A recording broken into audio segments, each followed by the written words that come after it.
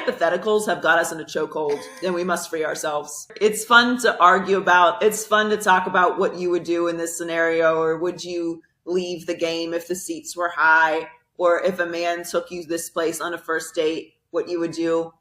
And I'm telling you, like, every interaction that I have with people now, in some way or another, these things come up. Can we just keep it a buck? If they're fine enough, if they're funny enough, or if their financial status is what you want. Fine, funny, fucking money.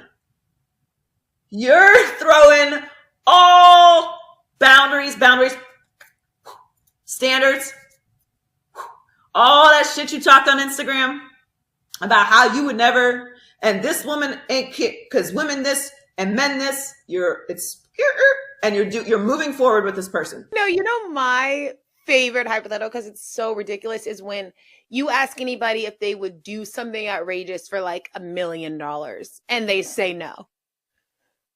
It's like, okay, would you do it for 2 million? I mean, would you do it for what's the number? Like, anytime you add money into a hypothetical, people love feeling good about themselves by saying that they wouldn't do it for the money, but it's literally only because it's a hypothetical. If you saw this $1 million in front of your face and I said, do this, are you doing it? So I don't even know if hypotheticals are real indicators of the situation that's being discussed, because I'm starting to think people only use hypotheticals to lie about the circumstance.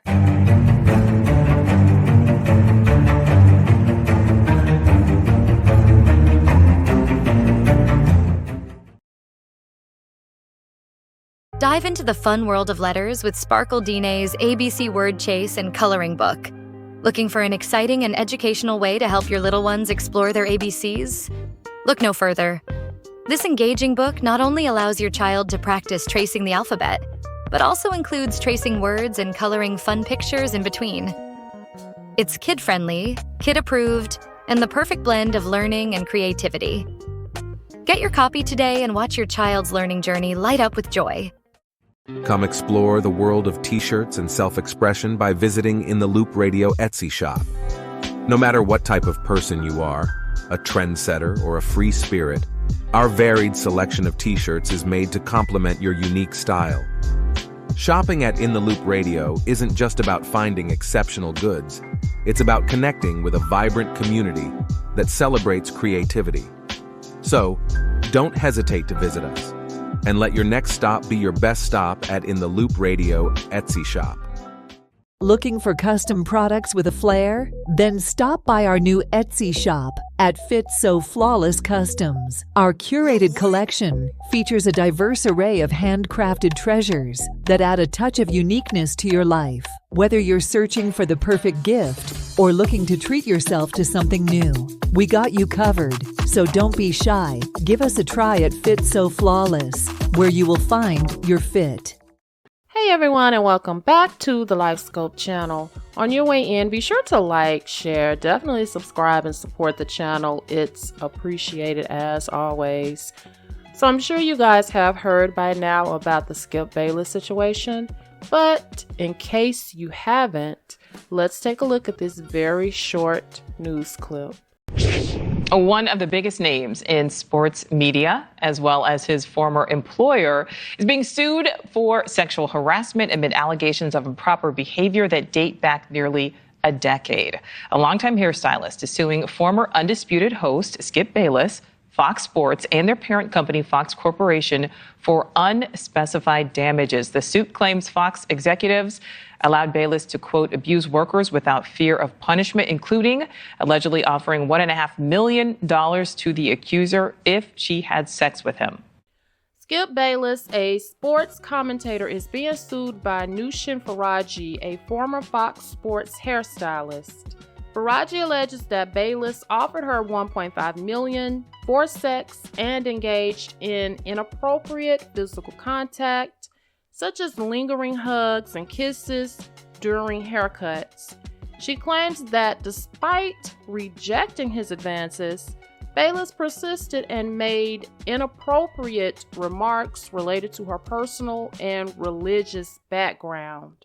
The lawsuit filed in Los Angeles also includes allegations against other Fox Sports personnel, including FS1 host Joy Taylor and Executive Vice President Charlie Dixon.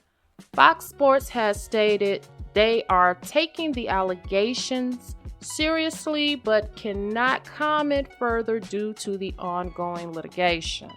Now, in some of the documents that have been seen online, Ms. Faraji brings forth this action because for over a decade at Fox, she was forced to endure a misogynistic, racist, and ableist workplace where executives and talent were allowed to physically and verbally abuse workers with impunity. When Ms. Faraji and others came forward to report the wrongdoing, instead of addressing their concerns, Fox retaliated against them while the perpetrators and those who protected them were inexplicitly promoted. This case thus represents yet another in a long line of cases chronicling the toxic culture at Fox, marked by bad faith promises and repeated failures to address a poisonous and entrenched patriarchy. So that is just one of the screenshots of people talking about what's going on in the lawsuit that was filed. It's a 42-page document that was filed on Friday. So now let's address the intro video that I just played with Joy Taylor and Taylor Rooks on their podcast. Recently, this clip sparked an engaging conversation about what people would do for money. Now, they delved into the lengths individuals might go for financial gain, highlighting some shocking examples and moral dilemmas, and their discussion explored societal pressures, the value of integrity, and how money can influence decision making. So it was very telling. And since all of this has come out with the lawsuit, it really does show the character and the mindset that Joy Taylor is in. Now, Joy Taylor mentioned that people basically want to put on this facade and have this moral high ground and have all these type of boundaries set up. But if the man is fine enough, if the man got money, then all of that stuff that you are talking, it doesn't matter. And to a degree, I believe most people, most women would think like that. I literally do. I think most people, and women in particular, because this is about Joy Taylor and Taylor Rooks' podcast, would think like that. They want you to be fine with money. Why wouldn't we want somebody to be fine with money? Let's just keep it, all the way real. Why wouldn't we not want that? So I agree. Here's the thing with what she said. It's almost as if they were making fun of people who may not actually engage in everything, because what comes with that man sometimes that has money or is fine or is all of whatever you think he is, what comes with him? Some stuff could come with him that you're not prepared for, and maybe that you just don't want to do, and you just don't want to be in a situation where it could be deemed to be too controlling. So that is to each his own. But it's almost as if the ladies made fun of people who they feel had some type of moral compass, like, oh, I wouldn't do that for money, And if we were to take what Nushin Faraji said as the truth, well, she turned down $1.5 million from Skip Bayless. Now, maybe she didn't deem him to be attractive, but in the long run, if any of her allegations claim to be true, then that woman just wanted to go to work, do her job, get paid for her job. So that 1.5 million, if it turns out to be true, she's gonna probably get much more money than 1.5 million, and she didn't have to lay on her back for Skip Bayless.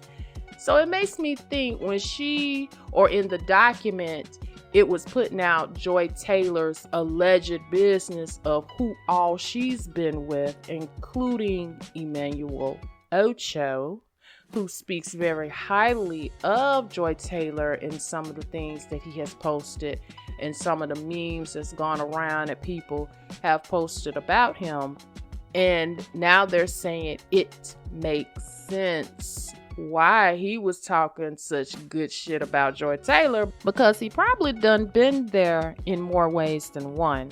So I'm just thinking, from just a little bit of information that's put out there and what I've read, she didn't necessarily have to mention Joy Taylor and Joy Taylor's business unless that was the whole atmosphere at Fox. Like, I'm sure other people were getting down, and to kind of just paint the picture of this was the culture.